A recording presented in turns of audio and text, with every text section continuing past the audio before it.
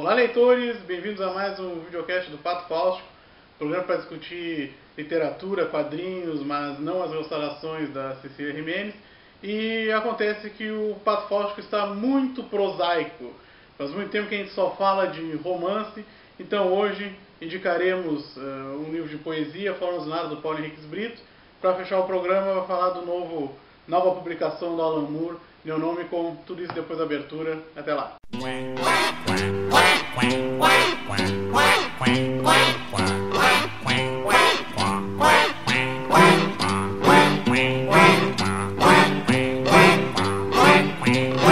Lá vem o pato, patati, patacolar. Lá vem o pato para ver o que há.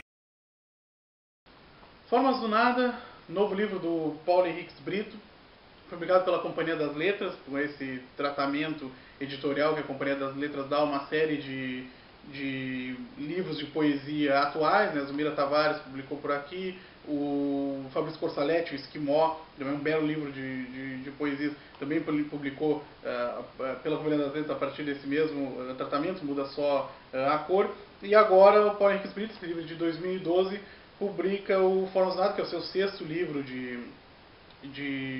poesia. Dos livros anteriores, mais importante é o Macau, que ganhou o Portugal Telecom de literatura brasileira, ficou lá aqui na orelha. E agora que ele apresenta um projeto interessante, um livro bem consistente. E a gente vai fazer assim, como analisar a poesia, né, exige um fôlego específico, né, e exige um certo tempo também, mas para, de uma certa forma, poder continuar falando da lírica nos videocasts do Pato Fausto, a gente vai fazer assim, a gente vai indicar o livro, falar rapidamente dele no programa, e aí no blog vai ter um texto analisando uma poesia ou algumas poesias do livro, aí sim, fazendo a análise formal e de conteúdo de maneira mais elaborada. Bom, esse livro aqui ele tem algumas características específicas, principalmente pensando a literatura contemporânea, que é a ênfase no apuro formal, né? Não só na métrica, né? Grande parte dos textos aqui desse livro são metrificados, né? Tem os metros de mesmas sílabas, além disso o aspecto melódico, né? A sonoridade das palavras, não só nas rimas, mas em todos os tipos de associações fônicas, né? Entre os versos também tem uma importância bastante clara na maioria desses textos, mas isso vem mesclado com um pouco do caráter popular e de uma certa forma com palavras vulgares, ou pelo menos palavras não tão associadas a um tipo de produção lírica mais contida, mais comportada, como a parnasiana, por exemplo. Bom, tem alguns poemas que deixam isso bem claro. Por exemplo, tem um poema que é canção, né? Ou seja, desde o título já vem essa ênfase no aspecto da melodia, em que ele diz assim: havendo necessidade, claro que é sempre possível desfazer o nunca feito, desdizer o jamais dito.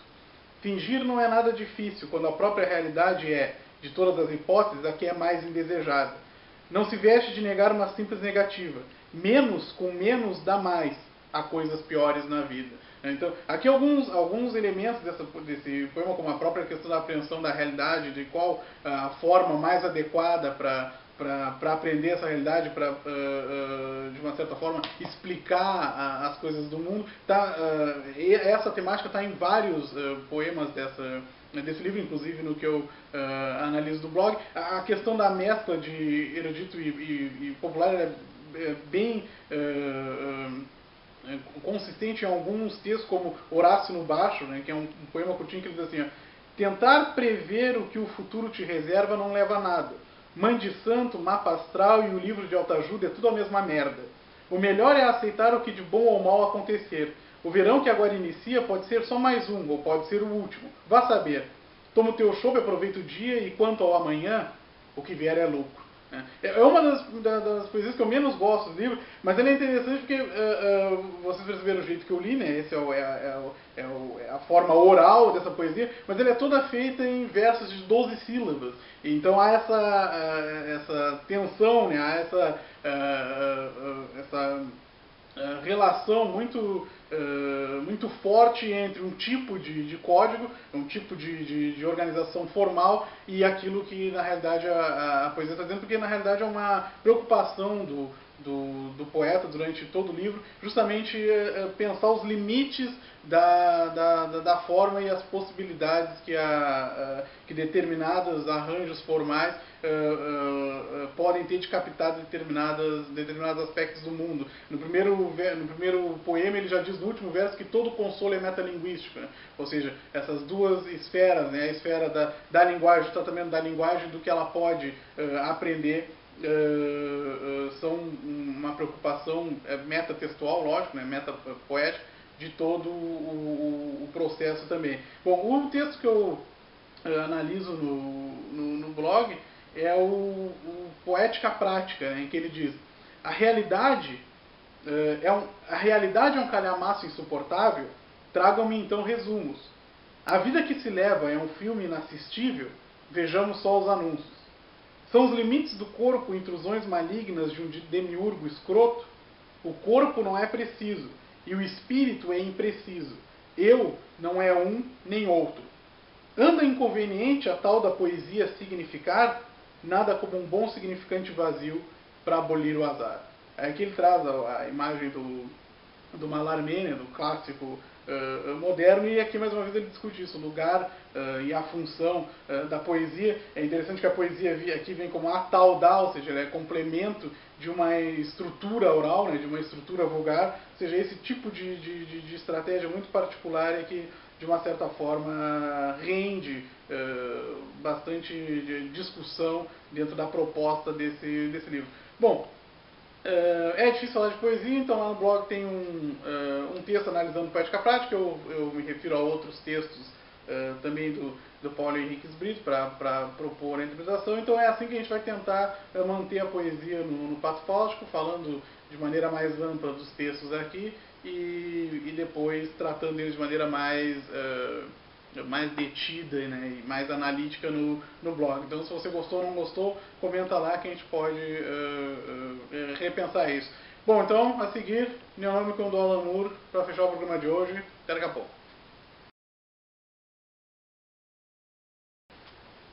Neonômicon, novo trabalho do Alan Moore, desenhado pelo Jason Burrows, faz a volta do Alan Moore a um gênero que ele já visitou bastante, que é o terror, os quadrinhos de terror.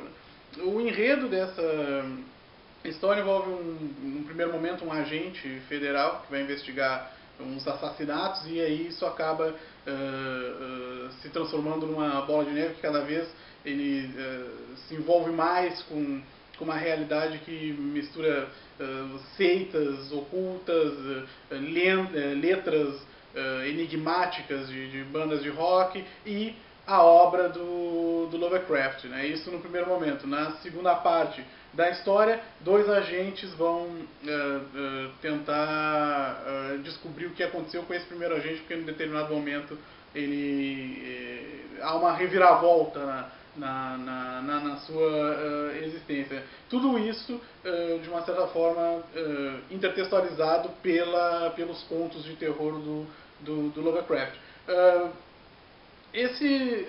Essa primeira parte, né, que é a chamada pátio, né, desse primeiro agente, o Sax, ela tem uma característica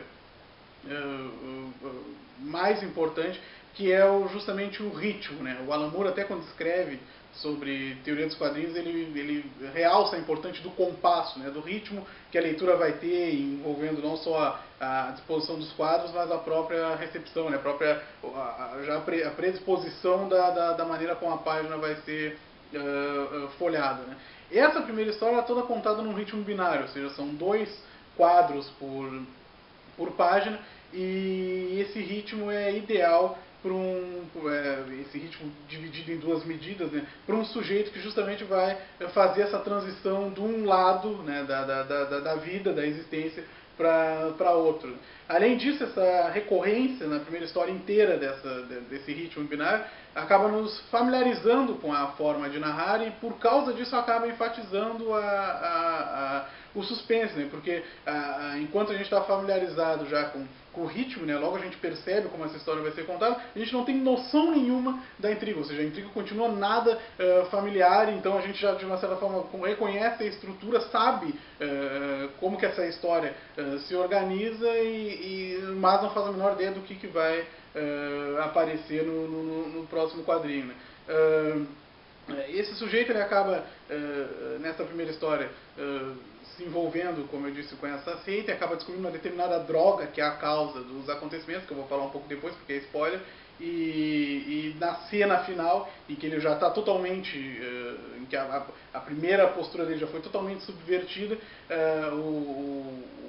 o Alan Moore e o Burroughs tratam essa transformação a partir de quadros que são estáticos, que representam a mesma imagem, vocês estão vendo aí, e o significado está todo na sarjeta, né? Ou seja, está todo entre um quadro e outro, e esse espaço é carregado de sentidos porque nós sabemos o nível da transformação desse sujeito, até porque essas imagens remetem à mesma imagem que começou o quadro, então há um arremate aí muito interessante. A partir da segunda parte, então, dois agentes vão atrás dele, a cosmovisão do Lovecraft, né, o universo do Lovecraft começa a ficar mais claro, e isso também é muito forte, porque o contexto extra-icônico da história passa a ser o mais importante, né, o contexto extra-icônico mais importante passa a ser o do Lovecraft. Isso também cria um suspense muito forte, porque a característica básica das figuras do Lovecraft é justamente serem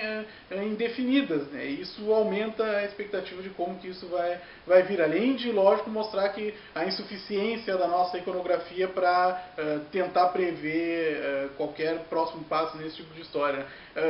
Tem um momento muito bom na segunda parte, que já virou um momento polêmico, que é uma grande orgia que acontece num determinado trecho, em que o Alan Moore, na realidade, usa a miopia de uma personagem, ele põe em primeira pessoa, né, o ângulo do quadrinho, então essa visão opaca em que nada é definido acaba criando uma tensão muito forte e remete a alguns contos clássicos do Lovecraft, como o chamado do Cthulhu, né, ou Cthulhu, né, vai saber como é que se pronuncia isso, em que lá ele diz, né, que a maioria desses seres, ou seja, dessas criaturas, né, aterrorizantes, elas lembram, a figuração delas lembra um impressionismo, né, ou seja, essa ausência de contornos e de formas definidas, né. E obviamente que o suspense fica muito mais forte. Bom, há um contraste muito grande entre essas duas partes, principalmente por causa do tratamento. Então, na primeira parte é um quadro dividido em dois, então o tempo, né, e a maneira como a gente percebe esses quadros é toda na vertical, né. Isso tem dois efeitos principais. Primeiro, o confinamento daquele sujeito, que é totalmente característico da sua personalidade, e também o intercalar do nível superior e do inferior, principalmente em páginas como a 24 a 52, em que essas coisas, essas duas esferas, de uma certa forma, se interpenetram, que é justamente o que vai acontecer no percurso desse sujeito, né. Já a outra parte, ela basicamente é construída a partir de 4 quadros, né, vocês estão vendo aí, em que a temporalidade é basicamente horizontal, né, ou seja, o quadro é mais amplo, né, ele permite mais acontecimentos. Isso é fundamental porque justamente nessa parte da orgia, por exemplo, é essencial a gente perceber coisas acontecendo simultaneamente, principalmente pelo contraste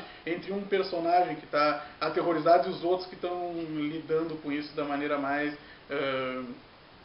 natural possível. Então esse tipo de tratamento ajuda a contar essa história, né?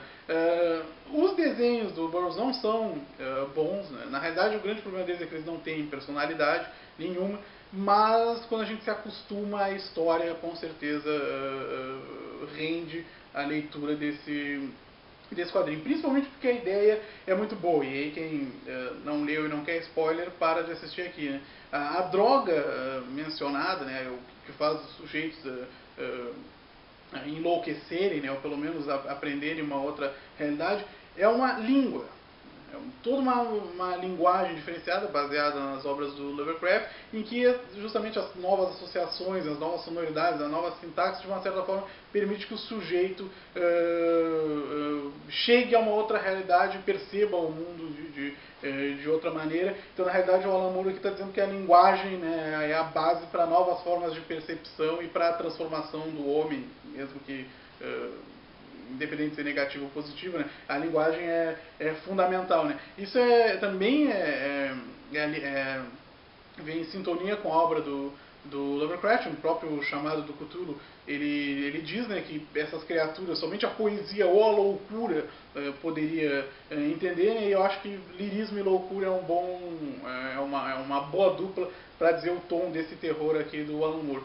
Então, se você quiser ler esse texto, tudo a ver com literatura, vale a pena dar uma olhada nas obras do Lovecraft. A editora Edra lançou uma série de obras traduzidas pelo Guilherme da Silva Braga, são edições muito boas, algumas vêm com glossário do autor, então vale a pena dar uma procurada. Leia aí o Chamado do Cthulhu, Os Ratos nas Paredes, Os Gatos de Ulthar, enfim, os clássicos do Lovecraft. Antes de ler essa história da Alan Moore, pode ser um exercício bem, ser um lazer, né, bem compensador. Né? Era isso. Se vocês gostaram, comenta lá. Se não gostaram, principalmente. Lá no blog então tem 2 textos. Um texto sobre o Neonomicon e outro sobre o Forma Azunada do Paulo Henriques Brito. Diga lá o que você achou. A gente vai tentar falar mais de poesia agora. E depois a gente está pensando também em falar de contos, enfim, nos próximos programas.